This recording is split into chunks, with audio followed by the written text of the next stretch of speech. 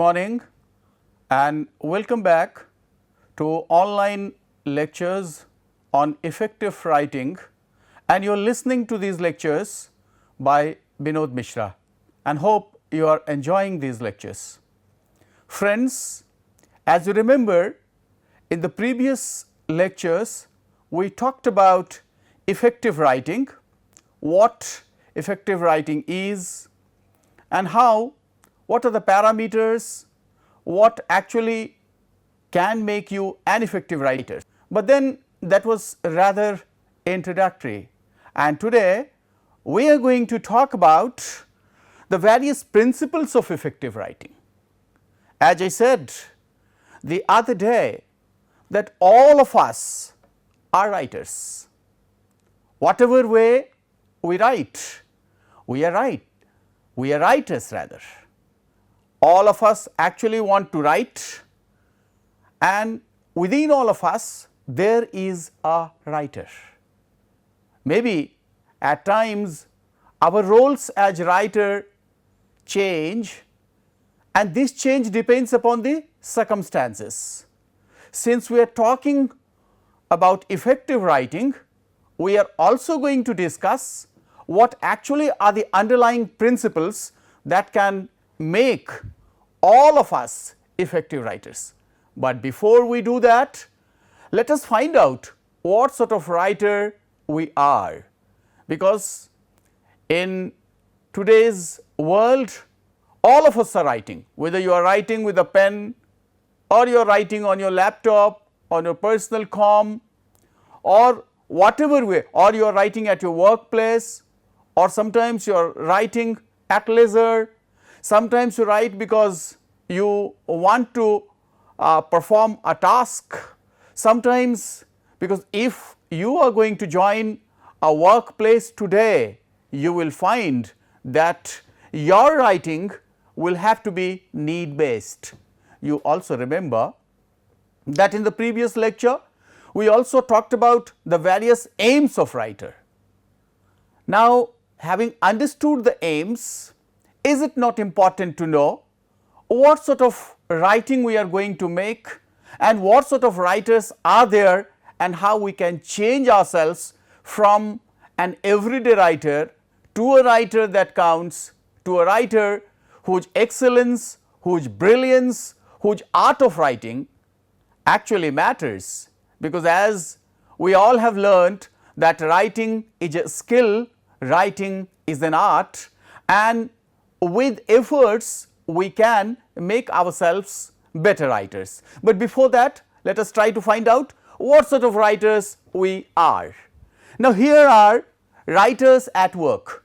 When you join an organization, when you join an institution, or you join some other professions, you will find that your responsibilities include some amount of writing. So, here taking a cue from Annie Janger's book, where she writes that all around us there are writers and we can categorize these writers. So, first is an inadvertent writer. When you join an organization, you find one day that your responsibilities also include writing, but then you are not a writer. So, inadvertent writers are those writers who actually consider writing to be a byproduct. They are working, hence they have to write something or the other depending upon the need, depending upon the exigency, my dear friends. Another category of writers is unproductive writers. Now, who are these unproductive writers? These writers actually want to write, but then they do not get time to write. Such writers actually feel that time will come and they do not get time to write. They might be thinking that they want to write, but they cannot write because they are waiting for some time. The next category of writers is aspirational writers. These writers, as we can go by the term aspiration, they actually aspire to be writers. they have within themselves the aspiration to become a writer, but actually they are waiting for a perfect time. My dear friends, will that perfect time come? Will that come at a destined hour? And if we keep on waiting, can we become a writer? Then there is one more category of writers who can be classed into, or who can be put into the category of reluctant writers. As the title goes, as the term goes, reluctant writers are those writers who actually are not in a position or not at all desirous of writing. They do not want to write. That is why you will find many people, they often try to hide themselves at the workplace so that they may not be given the task of writing something. So, such writers, they often try to keep themselves hidden. They actually are afraid of visibility. They do not want to be visible, and that is why they are most of the time shrinking. They actually try to escape. Another category of writers is frustrated writers. Now, this category of writers is a bit better. This category of writers actually they struggle a lot to complete the task. They want to write, and not only do they want to write, but they want to complete. They want to make their writing through, and they struggle a lot.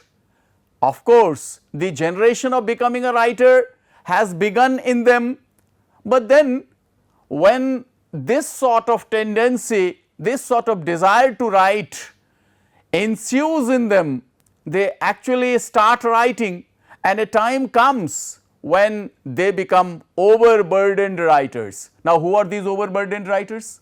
Such writers, they actually think that they can write everything and anything.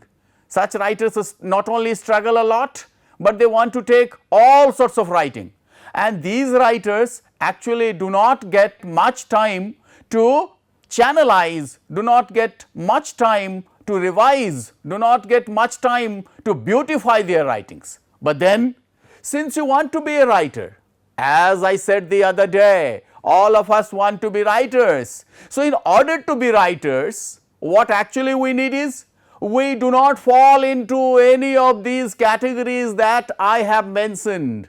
Actually, we want to become a writer who counts, a writer who matters.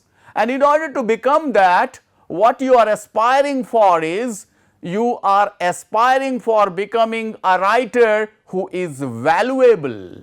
A writer becomes valuable only when his written words not only count, but only when his written words actually give him a lot of importance. So, a valued writer, which we can also call successful writers. Now, these successful writers cannot become in a day. You might be thinking that since you want to be a writer, you have words and you can write, but then in order to count, in order to reckon yourself with the category of successful writers, you actually need to create a sort of content that matters, and such a content actually requires a lot of patience, a lot of perseverance, a lot of efforts, my dear friends. Now, where are the problems in becoming a writer? What actually are the general myths? What actually are the general impressions that go and that make a buzz among many of us are, we start thinking that writers are special people. I mean, people are born with the special ability, they are actually born with the natural talent that they can write. Now, this is only a myth. No one can become a writer in a day, and no one can write effectively in a day. If you have a look at, as I might have said the other day, if you have a look at the established writers, they have burnt midnight oils. And especially nowadays, whether you want to become a writer or not, I mean a creative writer or not, but then if you are working somewhere or the other, your writing should matter, because sometimes or the other in your career, in your profession, in your life, in your day-to-day activity, there comes a time when your writing comes into picture and you are demanded. So, never ever think that writers are special people. They are not the special people. They become special by dint of their efforts. They become important by dint of their hard works that they have put into. Moreover, there is also a sort of impression among people that if you know more words, if you have got a good vocabulary, if you know how to write sentences, but then writing sentences means writing effective sentences. So, people are under the impression that verbal ability can help us write effectively. What? You may have the verbal ability, but you may not write effectively, because many of us start thinking that all writing is alike. What does it mean? All writing is alike means actually in life as well as in job, in career, in professions, in institutions, there are different categories of writers, and you will find that there are different types of writing, isn't it? Now, such writings, every writing requires a different sort of understanding, a different sort of say condition in which a person is writing, and conditions keep changing, situations keep changing. So, all writing is not alike, though many people think that all writing is alike. And why such people think that one size fit style will always work? For example, suppose you are going to write a letter, or you are going to write a report, you are going to write a letter to your friend, and you are going to write a letter to your boss. You are going to write a poem, and you are going to write a drama. You are going to write a technical proposal, and you are also going to draft a CV. Do all these things become alike? Do all these sorts of writing have the same amount of formalities, have the same sort of layout? No, my dear friends. And again, we must say that one size fits style does not work all the time. Every writing has different limitations, has got different expectations. We shall be discussing how those expectations and how those different limitations, how those different demands have to be performed when you are writing specifically for one or more than one purposes. Many people also think that they have got ideas, and I have always said that ideas have helped mankind rule the world. You have ideas, but what will you do with your ideas? The ideas that you have, they actually need to be written. In spoken English, they need to be articulated, but in written English, the ideas have to be written, they have to be explained. They have to be explained in order to meet the desired demand, the desired request. And that is why I have been saying that efforts matter more. Now, as I said in the previous class, that we want to become writers, but we do not put efforts. Do you think simply by thinking that you can be writer, you will become a writer? No, you will have to start sometimes or the other, some way or the other, and that is what I call efforts matter more. Now, here I want to provide you with a beautiful quote which Angela Duckworth in her famous book Grit gives. This Angela Duckworth says, and this is actually a response to those people who think that writers are special and writers are born with a natural ability. Now, Angela Duckworth says, the naturalness bias is a hidden prejudice. Now look at the words. The naturalness bias is a hidden prejudice against those who have achieved what they have. Now, if you think that simply by nature or having the gift of the God you can become a writer, no.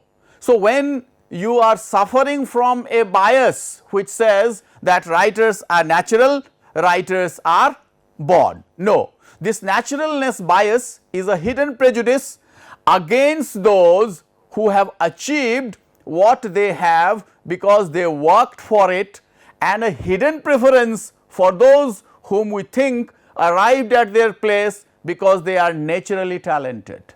Okay.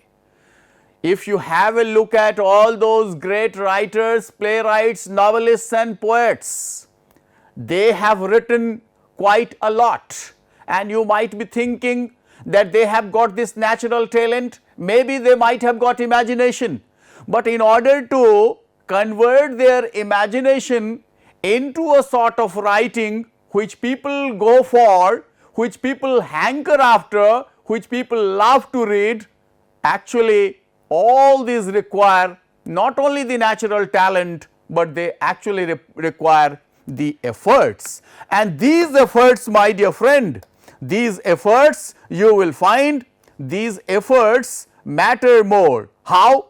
These efforts can matter more simply not only by having a hidden prejudice, but then by having a sort of effort. And how this effort? You actually have to put your efforts into becoming a writer, and that is why we say, whom we think arrived at, they could not arrive at, or they could not get their coveted desire of writing unless and until they might have put their effort into it. Now, so what we here have come to conclude is that your efforts will matter more.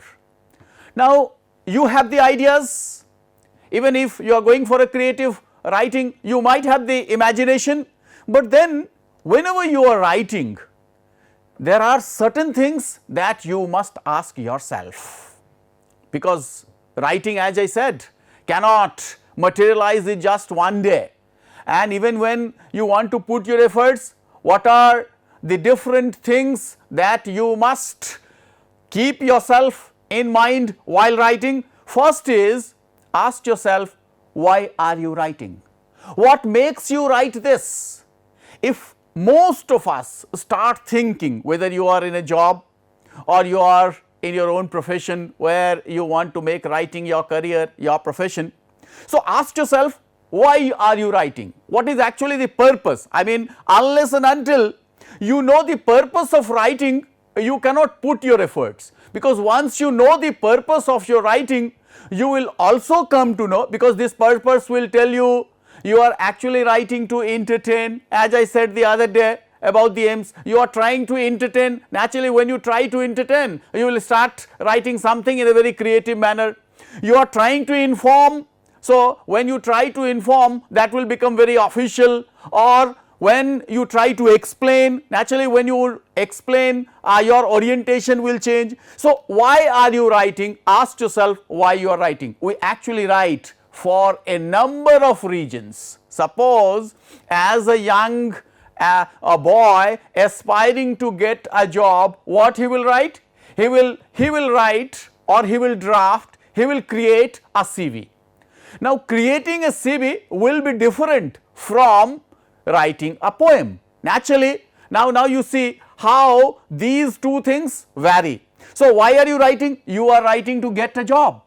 Now, when you are writing to get a job, your first question to yourself is, how should I write? Because everyone is writing, everyone is creating a sort of CV.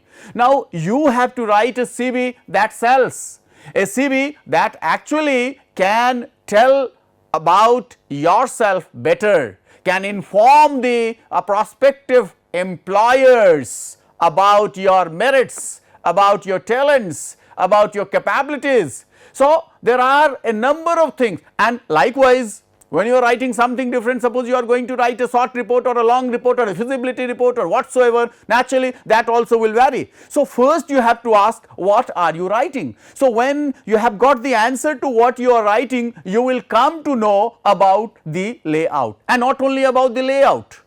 When you know why you are writing, you will also know for whom you are writing, isn't it? Because you know the reason behind writing, but you also have to know for whom you are writing. Sometimes you may be writing simply for your boss, because when you write in a profession, when you write, you will have two sorts of readers, and I have been telling that whenever you start writing, first think about your reader or your audience. We'll discuss more about how to know our audience. So, when you know your audience, you will not only know your audience, and it is very difficult to know your audience. For that, what we must do? We actually have to think in advance. I mean, a sort of visualization, a sort of anticipation, a sort of pre-knowledge. You cannot have this pre-knowledge. You can simply make a guess, and most of the time you will find your guesses are correct. So, for whom are you writing? Who are the people for whom you are writing? When you know who are the people you are writing, your orientation will completely change, because you might be knowing about his background, you may be knowing about his test, you might be knowing about his post, you might be knowing about his position, you also might be knowing about his grasp of a language, you also might be knowing about his subject knowledge, you also might be thinking about how this person will react, you also might be anticipating as to whether he will react positively, negatively, neutrally or whatsoever, and finally you also have to think, what do you hope to achieve? You have already asked yourself why you are writing, so you know the reason that I am writing or drafting a CV, that is the reason. Now, what I do want to achieve, I actually by writing a CV or by drafting a CV, I actually want to get shortlisted for an interview. So, and depending upon and varying upon your aims, your regions, your purpose of writing, the entire orientation of your writing will change, because as I have already said, my dear friends, you will also be thinking of the language that you will prefer. Since you know the person to whom your writing is directed, and also knowing about the person's subject knowledge, background, age, education, surroundings, that will actually make you or enable you to prefer a sort of language that the other person actually wants. And by that only, when you have actually thought of all these things as to why you are writing, for whom you are writing, and what do you hope to achieve. So, when you hope to achieve, you will find actually that will connect you, not only the reason for which you are writing, but finally the outcome. What will be the outcome of my writing? So, what will you achieve by writing this? So, when you have done all this, now perhaps half of your task has become easier, my dear friends. So, as I said, you must know your readers. You know why you are writing. Now, you will know who are your readers. Now, who can be your readers? Think, when you are drafting a CV, naturally these employers, these recruiting agencies will be your first reader. But when you are writing a report, who will be the first reader? I should rather call a primary reader and a secondary reader. Who will become the primary reader? The primary reader is the person to whom you are going to submit your report. The primary reader is actually the recruiting agency for whom you are submitting this CV, isn't it? And again, sometimes you also might be preparing or writing your presentation. So, you will have to think who will be the audience, who will be the receivers. So, and you must remember, you must rather realize, all of us must realize that all readers are not alike, you know.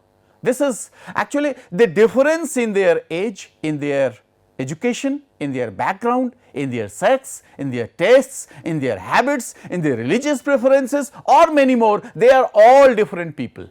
Now, no one can ensure that whatever you write or whatever I write will satisfy my readers or will make my readers understand, because ultimately your writing will become meaningful only when there is a response. Let us go back to the communication theory, which says that once you send a message, so as a writer also you are sending a message and you are waiting for the response. So, the response can only be favorable if the writing is favorable. So, the writing is favorable means you have chosen the right words, you have chosen the right approach, that we shall be discussing in the lectures to follow. So, all readers are not alike, their preferences are different, their tastes are different. even their educational background and experiences are diverse. What actually happens is, most of the time we have certain assumptions. What are these assumptions? These assumptions are that whatever I know or whatever you know, you as a writer, I mean, you never think about what our readers expect, what our audience wants, or even if it is actually intended to benefit the reader, only then the writing can be effective. And moreover, our readers may have cultural biases nowadays, if you are working somewhere or the other. So, there are people of different cultures, different faiths, different countries, different tastes, different habits, and their educational background is also different. So, many of them may have a sort of culture which is not similar to ours. Now, when you are writing something that may affect their culture, or you as a writer may have a cultural bias, because many of us are under the impression that what we think, what we do, what happens in our culture happens the same in other cultures also. So, what we need to do, cultural bias and professional exposures. Suppose you have joined a new workplace, and then when you go to the workplace for the first time, you find there are many things which are different, and it takes time for you to get adjusted. Now, our readers are also like that. When you are writing and you do not think about your readers, what happens is, you are thinking in the light of your own experiences, in the light of your own education, but the readers' expectations and the readers' backgrounds are different. So, cultural biases and professional exposures, they actually may affect, and that is why when you are going to write, you actually have to know, or you actually have to think about your readers. So, how can you do that? Now, your readers' response may either be favorable or maybe antagonistic. Your readers may react differently, they may react indifferently, they may sometimes be favorable also. But then, as a writer, our aim should be that whatever we write or whatever you write, this actually has to ensure that it is conveyed properly. Not only it is conveyed properly, but it actually meets the desired results. And how is that possible? Sorry, how is that possible, my dear friends? Audience's background may either affect or block. Now, how does this happen? At times we think that all readers, because you are a writer, you are writing something, you either think that they might be knowing it when you are going to explain, you are going to instruct, you are going to provide some pieces of information, or sometimes you also start thinking that maybe they might have come across this thing earlier. So, if, because we say familiarity in communication is a very good thing, when two people think alike, the communication results very favorably. But when the two people, I mean the receiver and the sender, they have different backgrounds, there may be a possibility of a deadlock. So, writers, as writers, we have to remain sensitive to the audience's attitude. What will be the attitude? As I said, how will they react?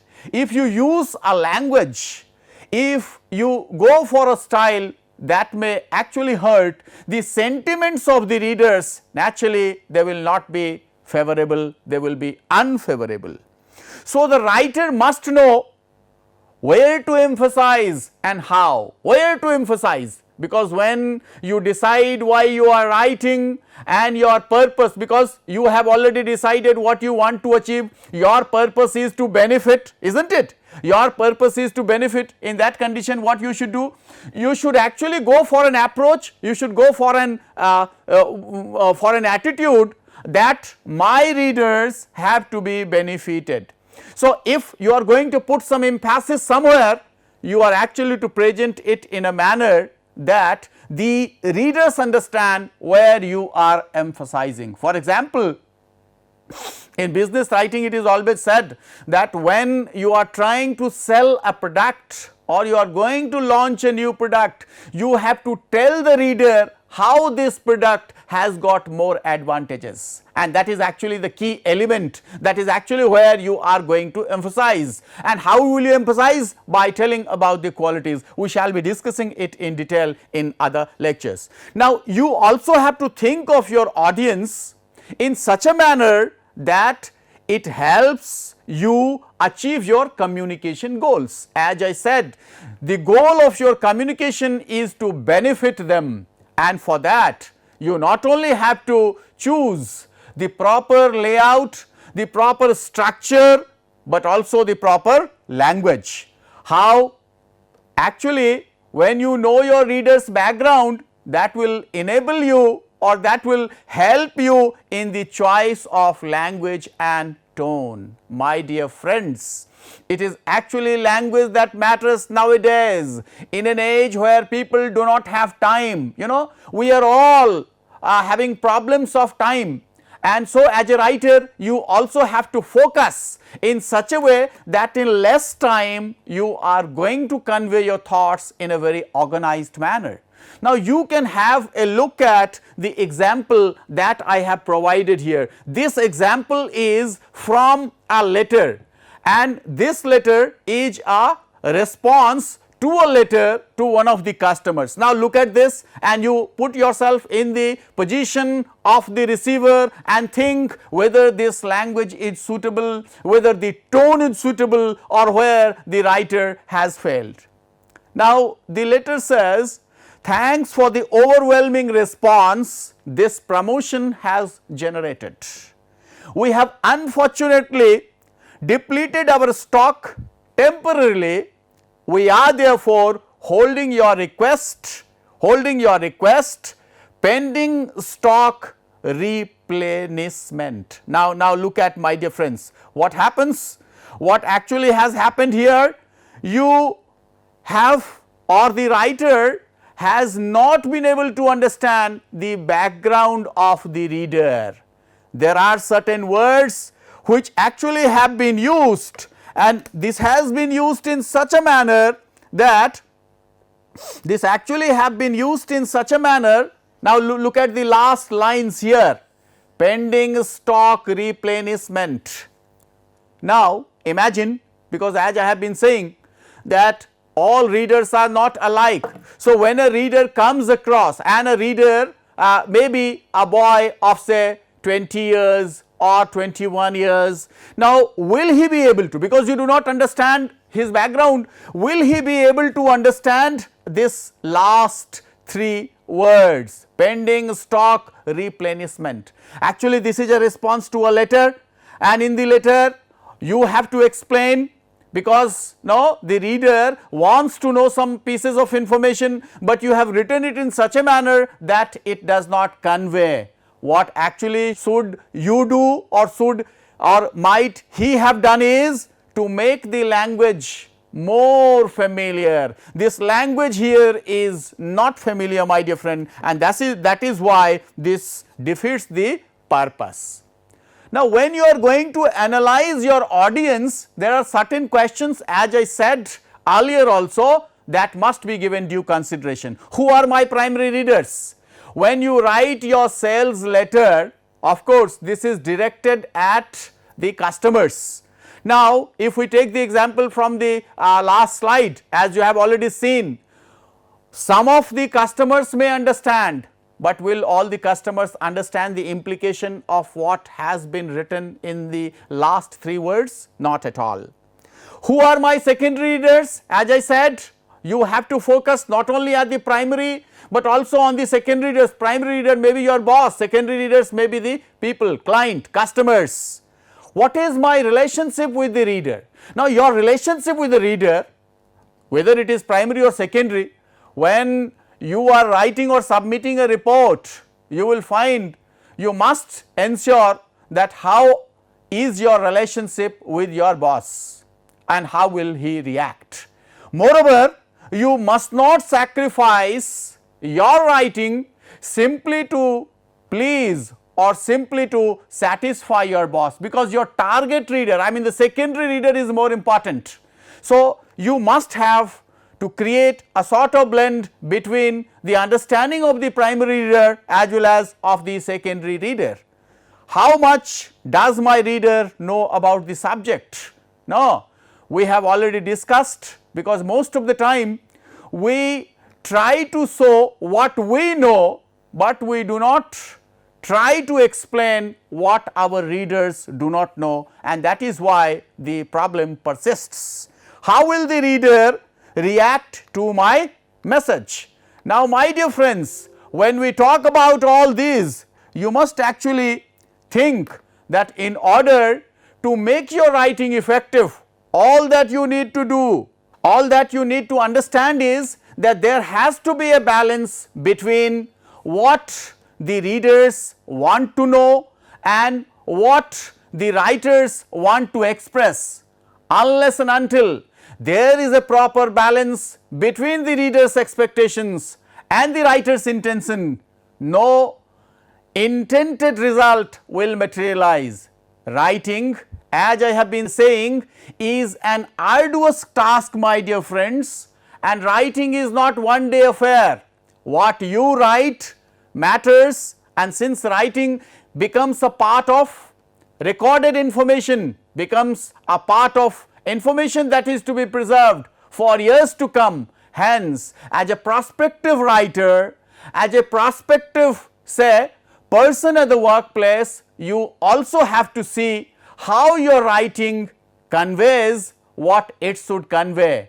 You will find in the lectures to follow what are the different sorts of writing, what are the different expectations of the writing, and what are the underlying principles that can make your writing effective. Till that, keep thinking and keep thinking not only about your writing but also about your readers, also about your readers' reaction, also about what you wanted to achieve and what you have achieved, because ultimately it is your writing that represents you in your absence. It is your writing that creates an image in the mind of your readers, and it is your writing that actually may lead you towards the stairs of success, not only in job but also in life. And so long as you keep working towards reaching this perfection, because as I have said, perfection is a misnomer. You cannot become perfect just in one day.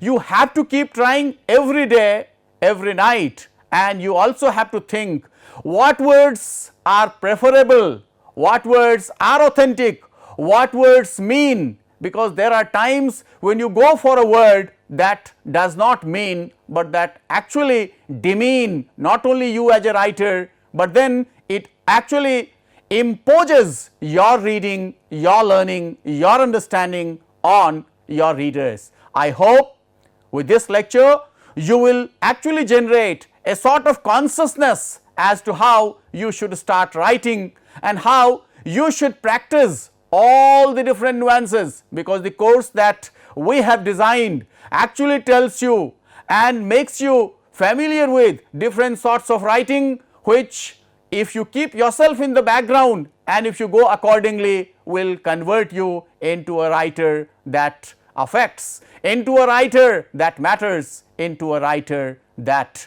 actually commands respect and is effective for all the times to come. Till then, keep thinking. Thank you very much. Have a nice day.